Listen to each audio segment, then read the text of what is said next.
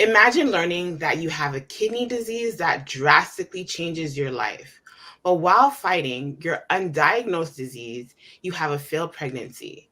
Then, after waiting 8 years to get a correct kidney diagnosis, your sister decides to donate one of her kidneys to the kidney paired exchange program for you. You think you are in an episode of Grey's Anatomy, but you're not. You're in the life of Fadia Jérôme-Smith, today's special guest. As we start Black History Month today, we are excited to highlight a Black chronic pain conqueror who is in pain. Are you ready for another chronic pain conversation? Let's go.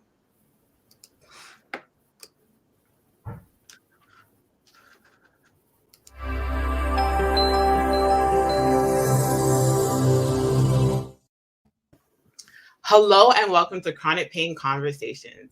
My name is Sheriffa Thomas, and this is my lovely co-host, Khalilah.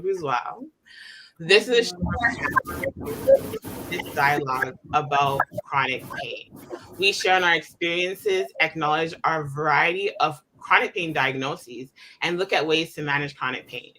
But of course, my favorite part of the show, pain or pleasure. Let's get into it. Khalilah. Sometimes the way that you say that, woman. I'm a Scorpio. I have bad thoughts on.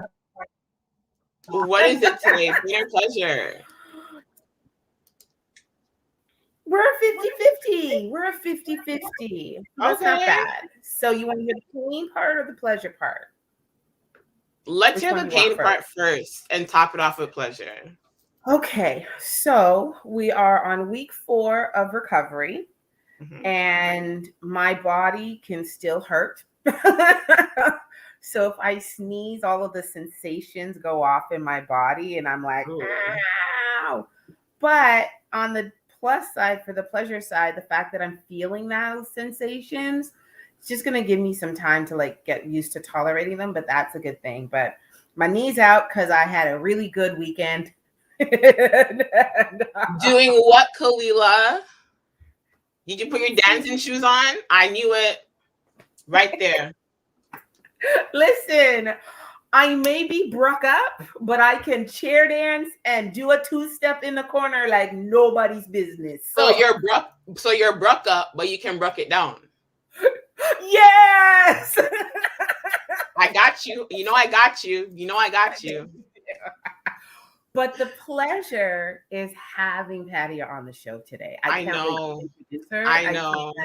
I've been waiting for this. So I can't wait to do my introduction. So I'm going to hold off a minute. However, I do want to say one thing, which is also pleasure. Okay. Happy Chinese New Year. Did you know that was today? Fat Choi, everybody. Yes. So, yes. Okay, so for me, I can't lie, I'm pleasure today.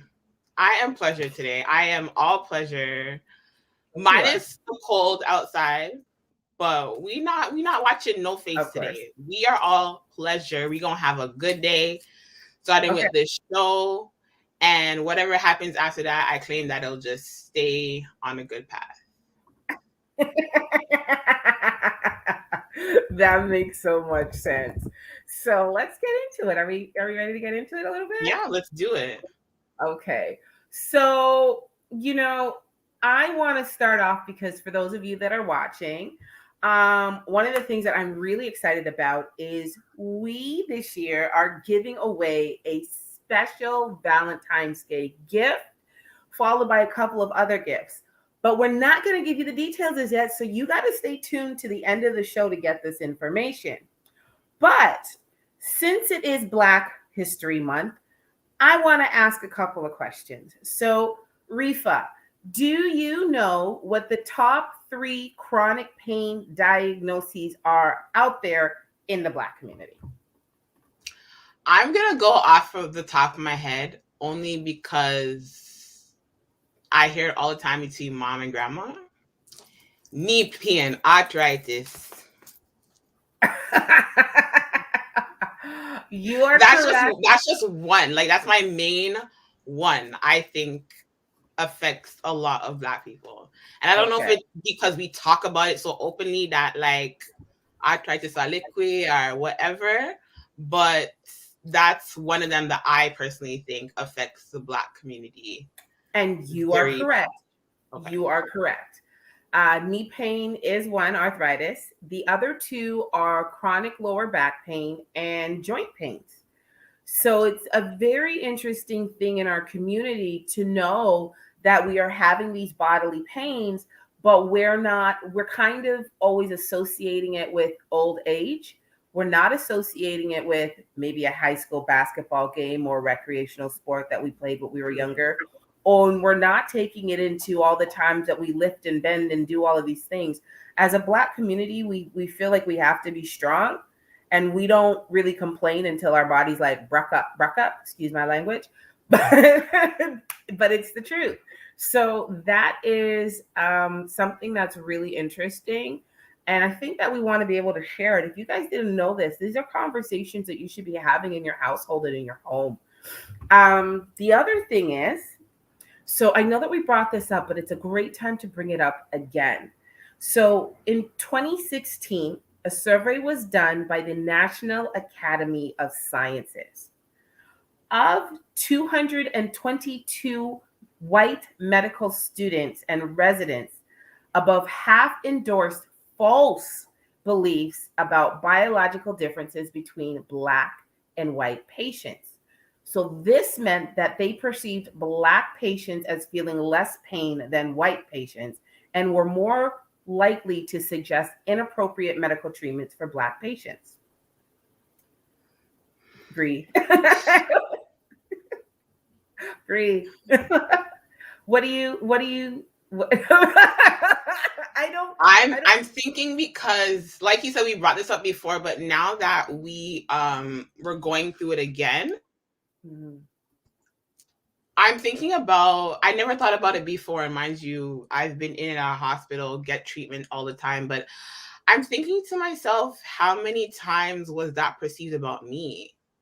Was I suggested inappropriate medical treatment because of my skin color? Was I not believed about my pain?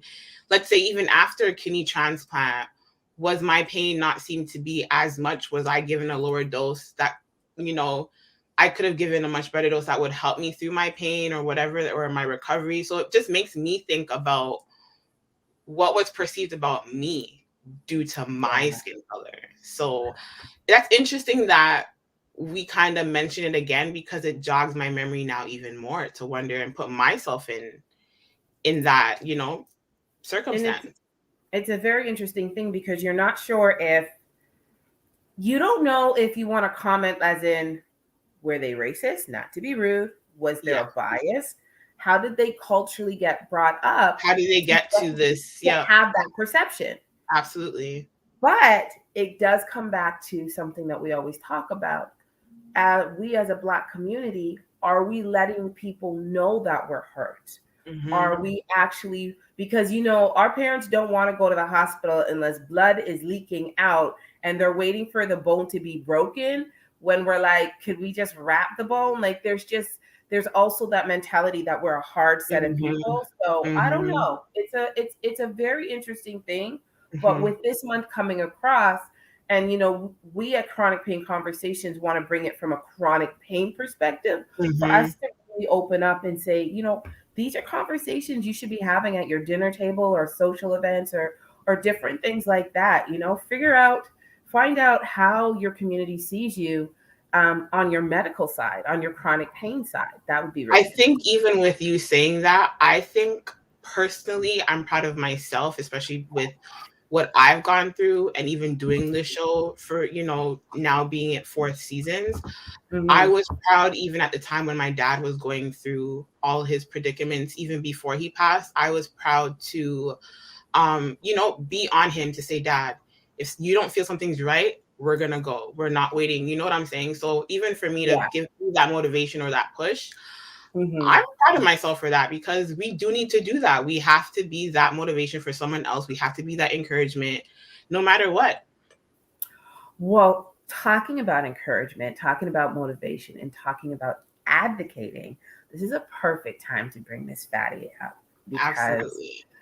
So the reason why I'm actually ridiculously happy to have this woman on the phone, I mean on the show, is because she's actually somebody that I've probably known, if we count, almost a decade. And it was really interesting because so many times we interact with people. We've had meals together. We've ministered in church together. We've gone to women's retreats or youth retreats together. We have had some really good times where this girl has made my belly roll over and laugh. And yet, I did not know that she was going through what she went through during the time that it's blowing my mind, because we're about to tell you her information, but she was dealing with things in her life since 2007 with her kidney. And then in 2010, that's when she had her failed pregnancy, but then she gave birth in 2012. So I'm glad to hear that story come through. But it's not until 2015, and you know how we are here, you guys, as an audience. We don't always get these words right, but that's why we say them. She'll make it better. Focal segmental glomerulus. I can never say that last word. I told you, just shorten it to the three letters. Like, this is going on a blooper. So this is what I want to do, though, is she's a teacher, she's a mom, she's a wife, she's a child of God. She is a kidney transplant survivor, so she's in the same neck of the woods as Sheriffa. But I'm proud to call her, we are proud to call her friend. So let's bring on Miss Fadia right now. Where's she at? Hey, oh, there we go. Hi, lovely. You ladies are doing an amazing job. I just want to say, I was like in the back. Doing great. That's what we do. We have fun with it. With it. Amongst honest conversation, it's just about fun and being real. Listen, we tried enough. We can laugh sometimes. That's the way that I see it. Facts. Right? How are you doing today, my love? I'm doing great. I'm super, super excited to have this conversation with you and to kind of just share my, little story for a big impact, right? Like that's what I'm hoping. I'm excited. I'm forgetting that I'm at work right now. I'm just like, yes, this is great. Can I be here all day? So I have a question for you. Mm-hmm. So your chronic kidney disease, I don't know if I said it properly or not. So no, but that's okay. I'm pretty sure the first time you heard it, you said, humna, what? In my good ear. Yeah. So can you please pronounce and give the definition of what your kidney disease is? Yes. Okay. So FSGS. I told you. We're gonna sound it out like we have to. Teacher. That's what I had to do a million times. I'm like, what? Where? Focal means just a section. Mm-hmm. Focal segmental, just a section, like a focus, a specific area in the kidney. Right. Focal segmental glomerulosclerosis. So it's glomerulus is the right. See? Is the fibers that are within the kidney, right? The filtration, right. Essentially, and sclerosis just means scarred, right? Mm-hmm. So essentially, it's not, it was really difficult to explain to my family members because they're like, "Oh, just make sure you eat your vegetables," type of things. Like, yeah, no, it's like there's a scar. Hold on. Did they tell you to drink some ginger tea too? Drink tea. Did they tell you it was gas? No, okay, no, seriously, on a serious note though, at first, everything started, and like I scare people with that all the time, but it's because I want people to go and get checked, right? It started with lower back pain. So I'm thinking, I just need a massage. I just need someone to just rub real good to get rid of the kinks, and I'm good. No. My kidneys were crying. That's what was happening. Right? My kidneys were crying, but I didn't know. Wow. Right? I didn't know that was happening. But yeah, drink the tea, eat this, make sure you eat that. So tell us, take us along this journey for you. Yeah. Tell us, what it started off as. And I mean, like, we're joking about it, but you went through not you had years where you didn't know anything about it. Like, you Yeah. just knew that you had this disease. Then you had your pregnancy, and we don't know if that had anything to do with it. And then, you're at this place where there's that kidney exchange program. And so, in a few minutes or so, can you tell us that journey? Share with us that journey, Mama. Yeah. So if I, just like I mentioned, I thought I was just having lower back pains. But I'm playing sports, I'm active, I dance, I do this, I'm all over the place. Let me just sleep it off, right? I'll be okay. And that was the first, I could say, the first symptoms that, okay, something, something's going on in your body, but it's whatever. So the first time, okay, I knew something was completely off. I was in university and I rushed to the hospital, and then that's when they tell me, it's like, hey, your kidneys are really small. You have hypertension, and I'm 26 years old, and I'm like, what? First of all, hypertension is for old people. It's not for young people, right? Preach. So in my head, I'm like, I don't understand what you're saying to me. And so I'm still in university, so I'm asking questions, but no one is giving me concrete answers. So I'm just like, I'll be fine, right? I'll be fine. So to make the long story super short, just like you've mentioned, the years go by. The nephrologist, the kidney doctor, it's called a nephrologist. The nephrologist that I first initially saw didn't didn't feel like, like I was important. That's how it felt. Enough to follow through with testing and just having conversations about what was happening in my body. So if he didn't care, I thought, well, then I'm fine because I'm not getting the phone calls. Fast forward, just like you said, failed pregnancy 2010, 2012, prayed my son into existence, right? Praise God for him, right? 2012. And in between those two pregnancies, that's when I started seeing another nephrologist who was on my behind every step of the way. And she's the reason why I could say that I took it seriously, right? Because she took it seriously. And, there was follow-ups and so on. So in 20, I want to say in 2013, 2014, that's when I found out that, okay, what I have is this FSGS business, right? Before it was just chronic kidney disease, not too sure where it came from and so on. So 2015, 2014, talking about dialysis. I start dialysis in the summer of 2015, and in March 2016, I get a kidney transplant through that paired exchange program that my sister and I entered. So, roller coaster of emotions, roller coaster of just like hearing, just being overwhelmed and bombarded with information. But it was good because I needed to know. I needed to know exactly what was happening. Um, Absolutely. yeah. During that time, how did you learn to cope with your illness? What treatments, Yeah. medications, and stuff you had to go through, therapies you had to utilize to get through, your chronic pain situation? So I want to say that I started taking medication in that, like, just before transplant. So Mhm. 2014, 2015, that's when Mhm. my nephrologist was like, okay, I guess now we have to push hypertension medication Right. and possibly steroids just to Mhm. keep you together type of thing, right? So that you don't fall apart. So we were trying this and trying that. That was it was scary, especially when you hear words like steroids. You're gonna need to take, like, not your, your typical Tylenol or Aleve or whatever, but you're gonna have to take like something stronger.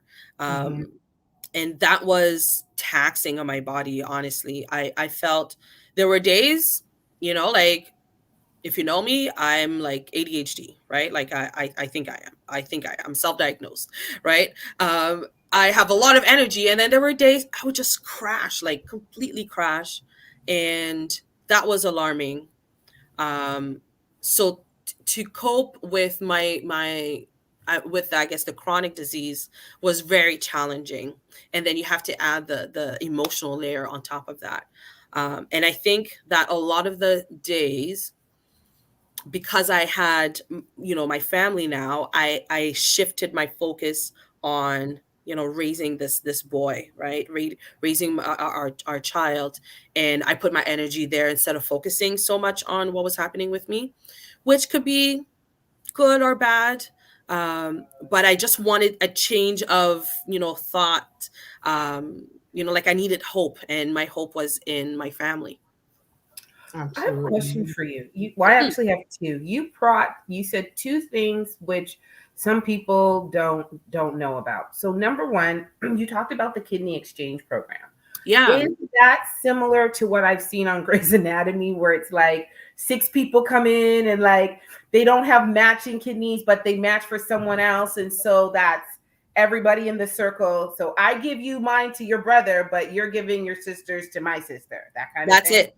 Literally. Okay. Yeah. So do you keep in touch with any of those people or anything? Was that like a It's completely anonymous. It's complete, or I should say, like, we don't, there's no Okay. exchange between pairs, Okay. which, like, it made me a little bit sad. I'm like, oh man, I wish that I could, like, say Say thank thank you. you, right? At least thank you, or write a letter or something, right? And I know, like, they say if you really, really want to, there is a way.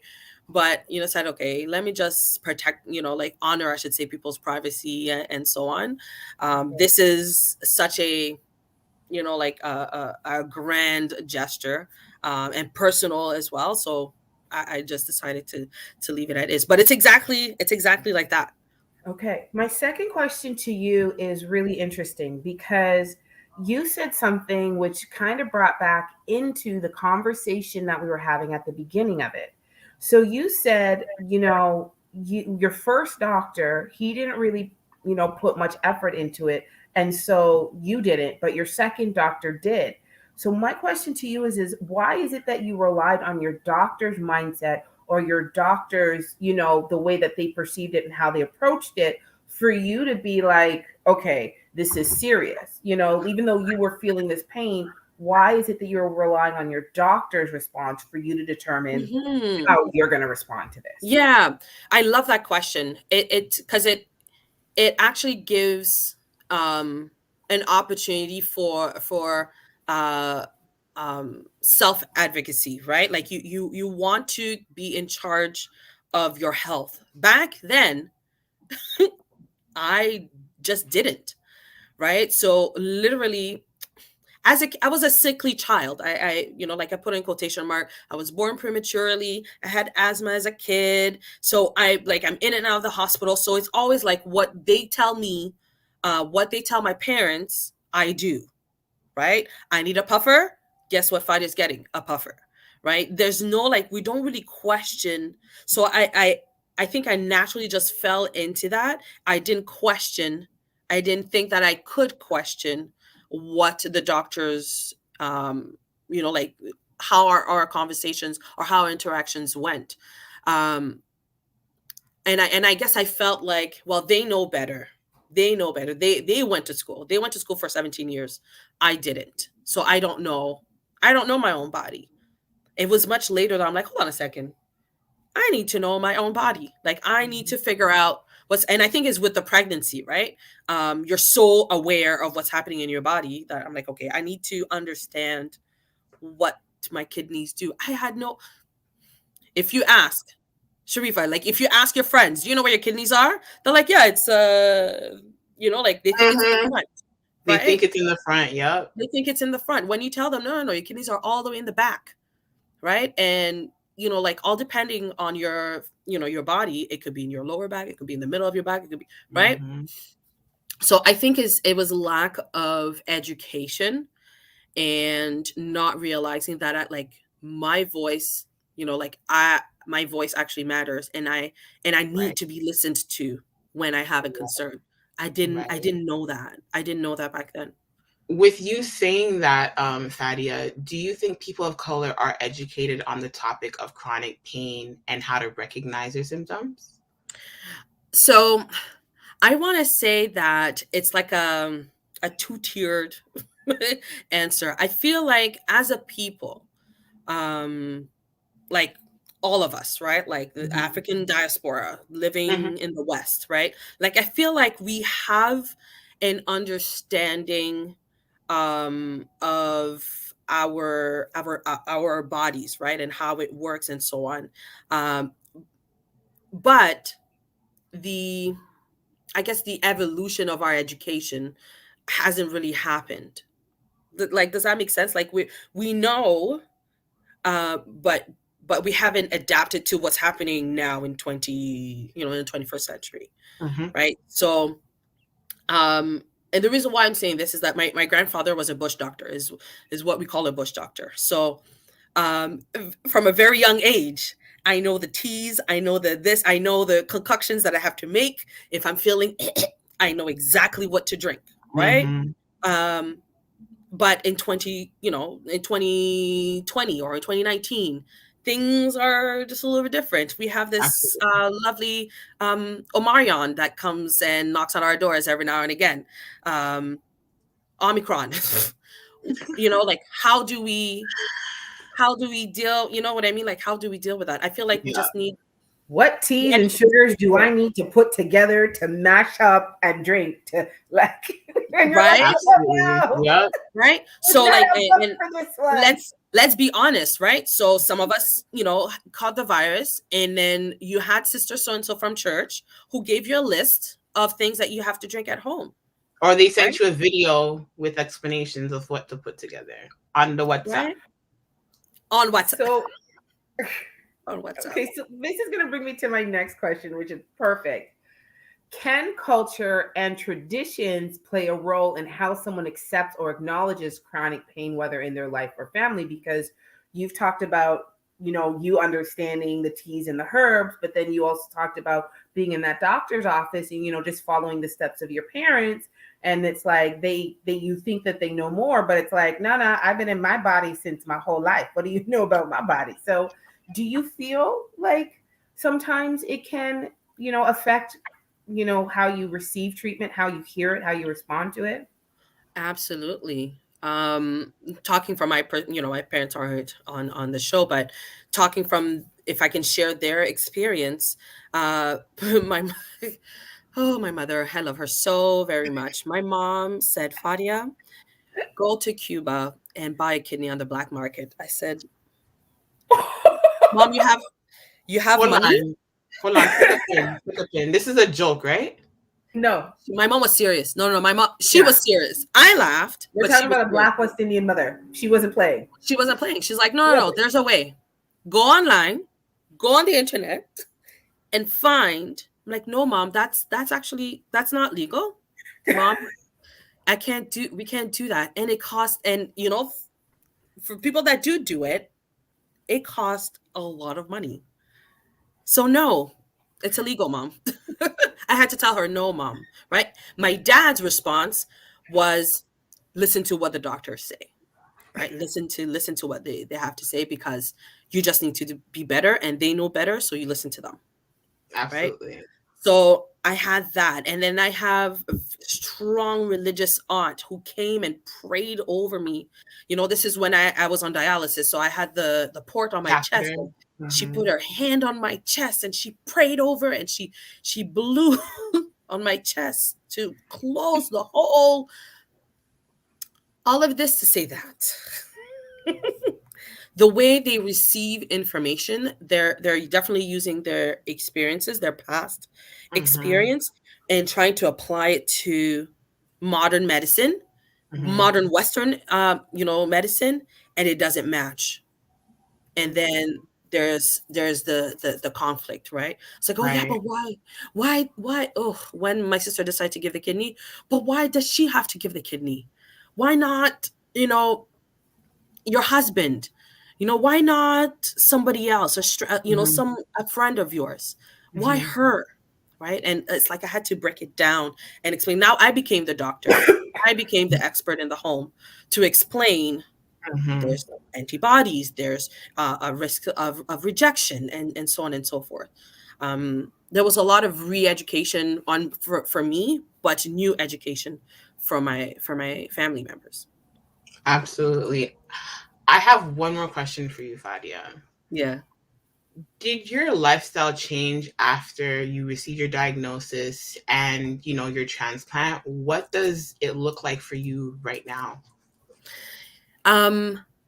My lifestyle changed in that I am more aware. I'm very, very aware of my body, right? Whereas before I was just kind of like, la, la, la, la, just living, right? Just living my life.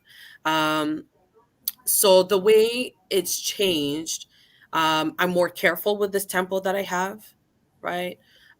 With what I eat or what I put in my body. I ask questions, lots of questions, no matter how silly they are. Um, during dialysis, I want to say that was harder than the transplant.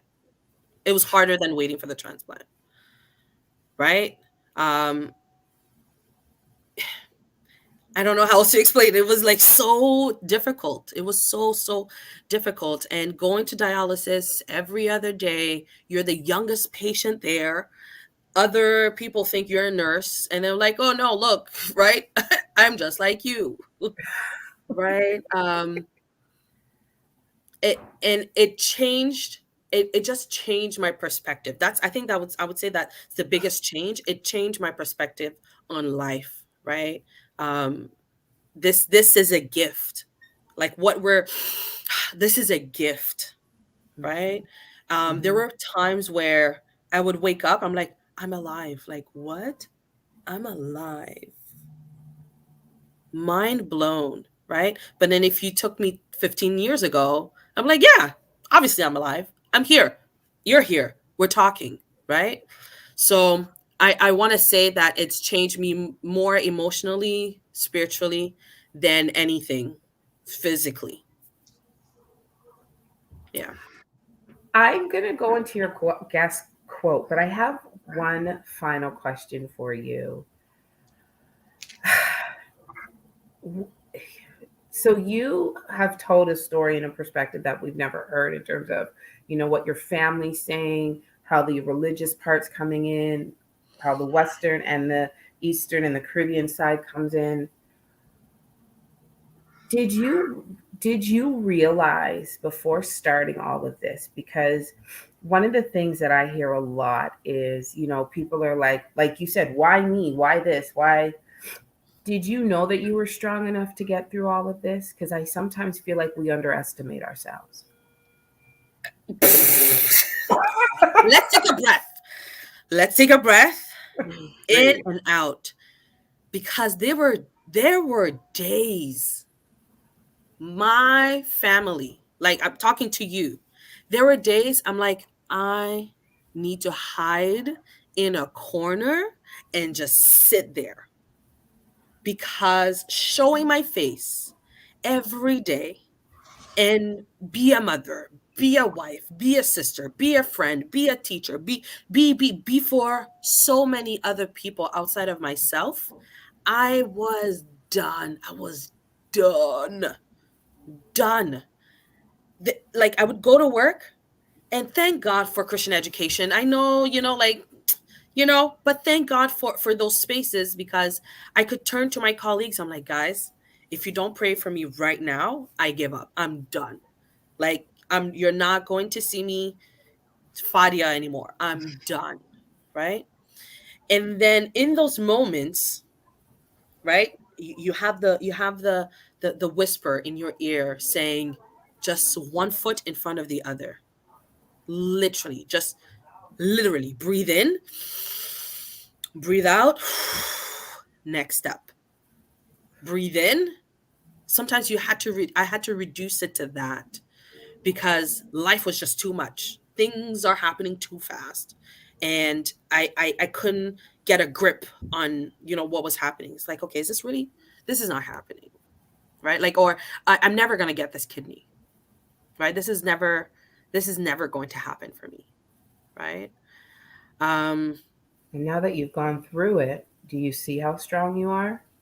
Look at her. What? I'm a survivor. Right? I'm started. Don't get me started. not gonna give up. Right? I am so strong. Look at her. Thank you for that reminder. Because yesterday I forgot. Yesterday I forgot. I am so strong. But then I want to say that there are times that it's okay. It's okay to just want to hide in that closet and just weep for a little bit, right? Like I feel like crying is just a wash and rinse cycle. You just kind of need to, like wash it off and then just restart. Yeah, like that. You have to. Not to be the thing, but as a West Indian culture, we understand. We understand the whole, You get it. We all know where. And if you don't hear it, you're not washing it. It's not clean. You're not washing it. It's not clean. So, all of this to say that you need those moments, and then remember who you are and whose you are. It's like, wow, absolutely. Like I am stronger than I thought. Absolutely. So I'm going to take you into your guest quote that you submitted, and it is such a beautiful piece. It says, "Advocate for yourself and others that have their voices taken away. There are a community of people that battle these diseases in silence and feel alone. For those spaces where your stories can be shared to empower and support one another." Why did you say that? I mean, it makes complete sense, but why did you say it? Yeah. We are just stronger together, really and truly. We can lean on each other. If I'm weak, I can lean on my sisters to support me. Right? If I'm not feeling okay, I know that my brother so-and-so over there is going to deal with whatever I need to be taken care of this afternoon. Right? We have to share, we have to speak up, and who knows how far our words or how far our stories will go.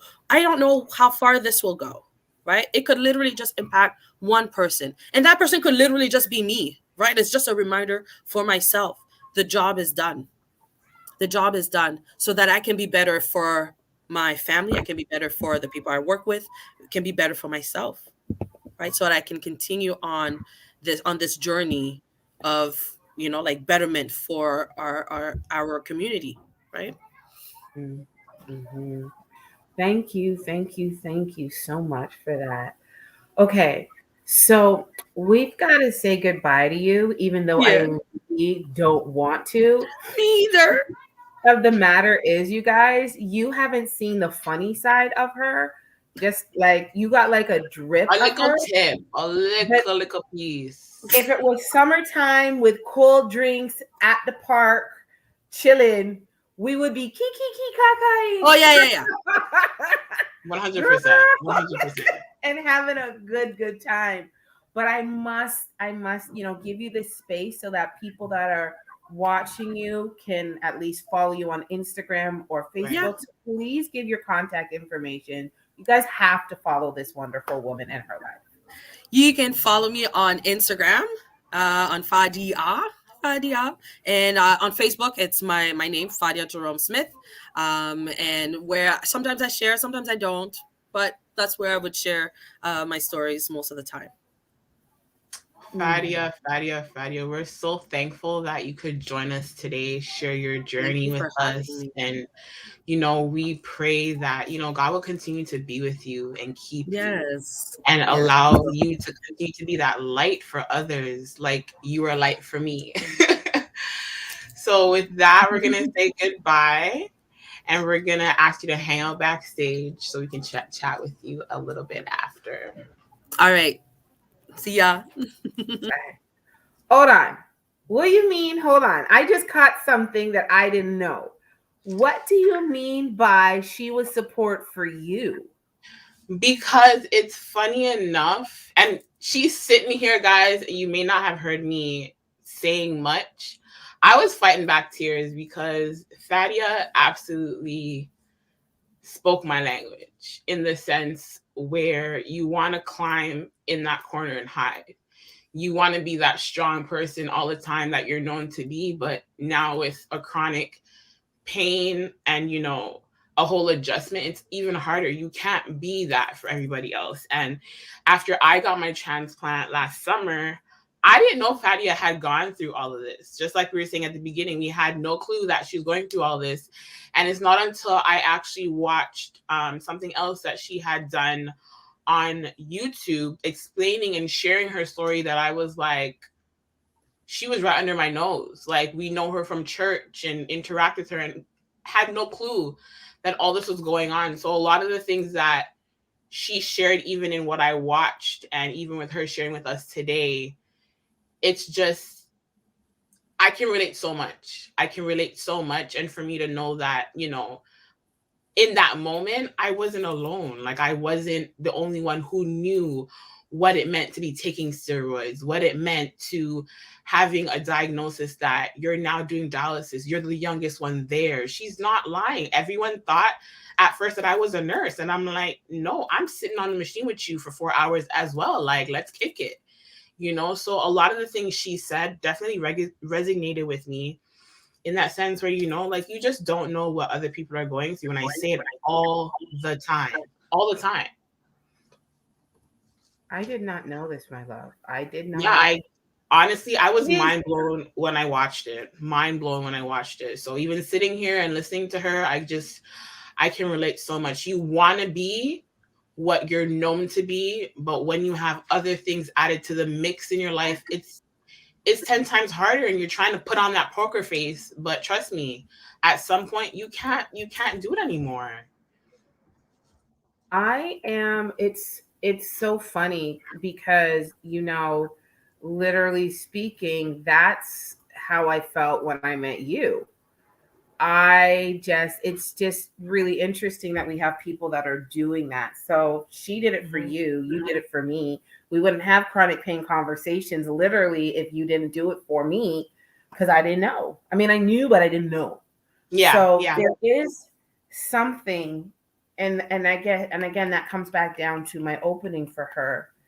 There is something when you actually start to get to know your community. Absolutely. Right? Everybody is going through something. You may not know what it is, but everybody is going through something. Yep. And me and Sheriffa knew each other at least 5 years before I knew what she was going through. And we weren't tight, but, you know, it's just, you sit down and you have a meal with somebody, find out what they do, find out what their life is like, you know, and that would be it. Okay, do you want to close it off, Mama? Yeah, let's close it up. Are we doing our special announcement, or should I do keep it moving moment first? Go for your keep it moving moment for a moment. Okay. So our keep it moving moment today is brought to us by the late Kobe Bryant. He says, it's the magic within each of us that gives us the potential to inspire the world. And I'm going to say it one more time. It's the magic within each of us that gives us the potential to inspire the world. That is from the late Kobe Bryant. Oh my gosh, that is so cool. I like that. You always find really, really good keep it moving moments. Man. I'm just saying. Okay. So I've got special announcements, but before we change the topic, let's just give these guys a couple of FYI, since we're talking about, you know, our Black community, our African, you know, culture. Right.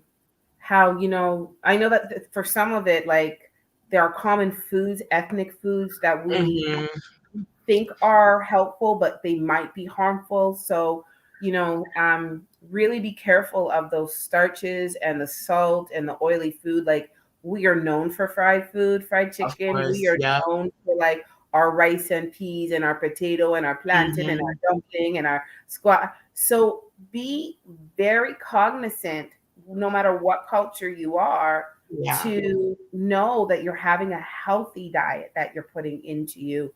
That's one of the things that we definitely need to take a look at. Yeah, inflammation plays a huge role in chronic pain that we deal with in general. Okay, so of course, let's just stick to our healthy foods, fruits, vegetables, leafy greens, Those help fight inflammation, which again, if you fight inflammation, you have a better chance of, better movement with your joints, less arthritic pain, less lower back pain, all that stuff. Okay, so it's that time of the show. Okay, you guys. So I'm overly excited because it's February, which means it's not just Black History Month, but it's the month of amor, Love. And we are giving away a Valentine's Day giveaway. I am so excited that we get to do this in I'm year excited 2. So, woo! Okay. So here is the 411. We have gotten a sponsor from, let me show you, Hot Coitus. How sexy does that sound? Listen, the logo alone has me feeling all steamy. So I need you to cool down after the show, just a little bit. Oh my gosh, I can't. But here's the deal, you guys. The reason why we are giving away this Valentine's Day gift is because we know that in the chronic pain community, we've had conversations with people that have endometriosis, that have problems actually have intimacy, that problems having sensual touch. And so we are working with this company to bring you a gift. It's going to get posted because we want you to come back into that sensual side of you and still feel like a man or a woman and still feel like you can get pleased even though you're in kind of pain.